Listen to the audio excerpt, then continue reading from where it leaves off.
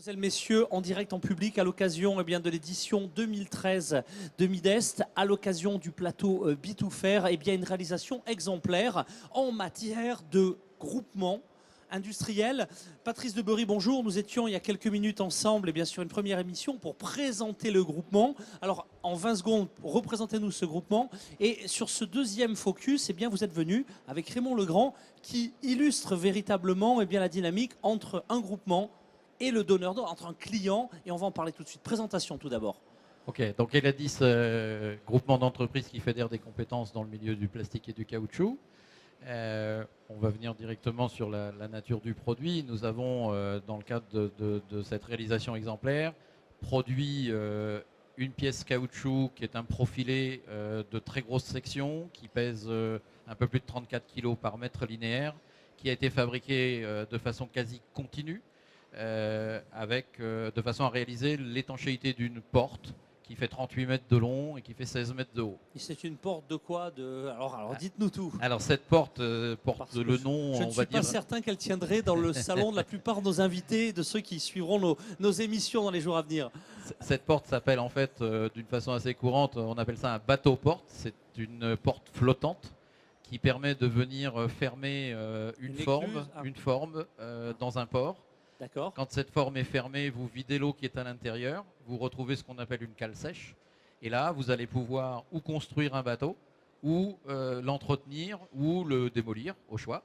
Et lorsque le travail est terminé, quand le bateau est construit ou réparé, vous refaites rentrer l'eau à nouveau, vous enlevez la porte et le bateau va s'en aller. Alors je me retourne du coup vers vous, Raymond Legrand, bonjour. Merci d'être à la tribune Midest Bitouffer.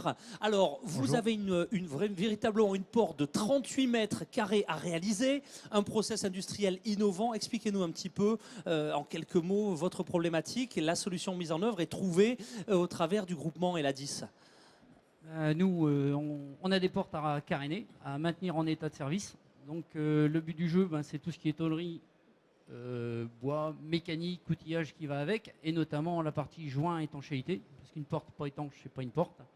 Ouais, et le but du jeu... Surtout quand c'est dans des milieux aquatiques, parce que voilà. Celle de mon salon, à la limite, pas étanche, ça irait, mais...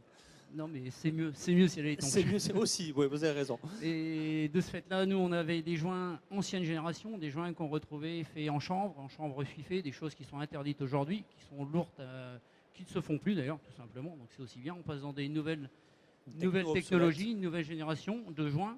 Et là-dessus se trouve la problématique d'adapter le produit aux conditions...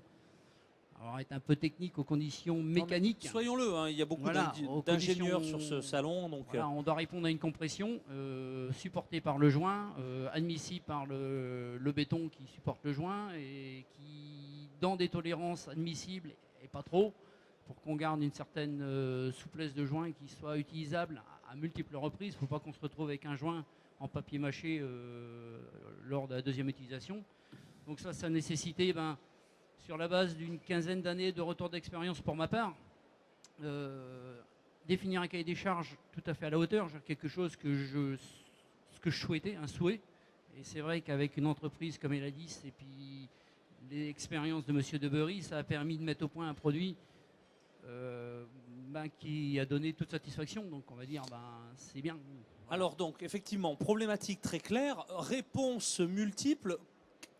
Comment êtes-vous, à quel stade du projet êtes-vous intervenu au moment de la réflexion, un cahier des charges élaboré? Est-ce que vous avez répondu de manière stricte au cahier des charges ou est-ce qu'au contraire, vous avez, avec une plus-value d'ingénierie, comment ça s'est passé très concrètement?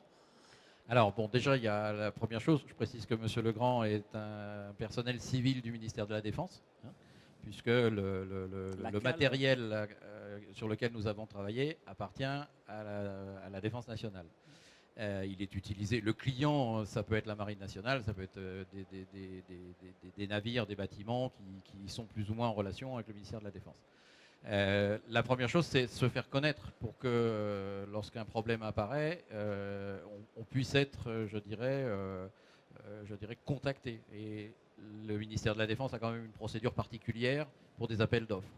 Donc ça, toute la partie des cahiers des charges et préparation d'appels d'offres est en grande partie sur les épaules de M. Legrand. Ensuite, le fait de nous connaître, c'est grâce à des salons comme Midest, bien sûr, où on arrive à percer et à arriver aux oreilles, je dirais, les plus lointaines de notre beau pays. Après ça, lorsque le cahier des charges, lorsque vous avez été retenu comme étant une entreprise potentiellement capable d'appréhender le problème par rapport au cahier des charges qui a été imposé, où il y a des zones qui laissent place à de la, qui laisse place, je dirais, de la créativité ou des voilà, réponses exactement. Voilà. Et là, certaines zones sont avec en fait un projet de réalisation ou de performance à obtenir, qui fait que même si vous avez été identifié et que vous postulez, vous pouvez ne pas être gagné retenu. d'avance. Ah, du tout, c'est pas du tout gagné d'avance. Ça se passe comme ça. Ah oui, c'est tout à fait. Là, c'est un besoin à satisfaire, voilà, dans les meilleures conditions économiques et techniques. Voilà. Et en conclusion, la réponse apportée par le groupement Eladis. Donc la solution qui a été présentée, d'abord au travers de prototypage, d'essais qui ont été faits avec le concours de toute l'équipe de Monsieur Legrand, a permis d'aboutir à une orientation qui nous permettait de valider de façon définitive la forme, le type de matière que nous avons retenu et les efforts en fait sur lesquels nous garantissions les contraintes d'emploi.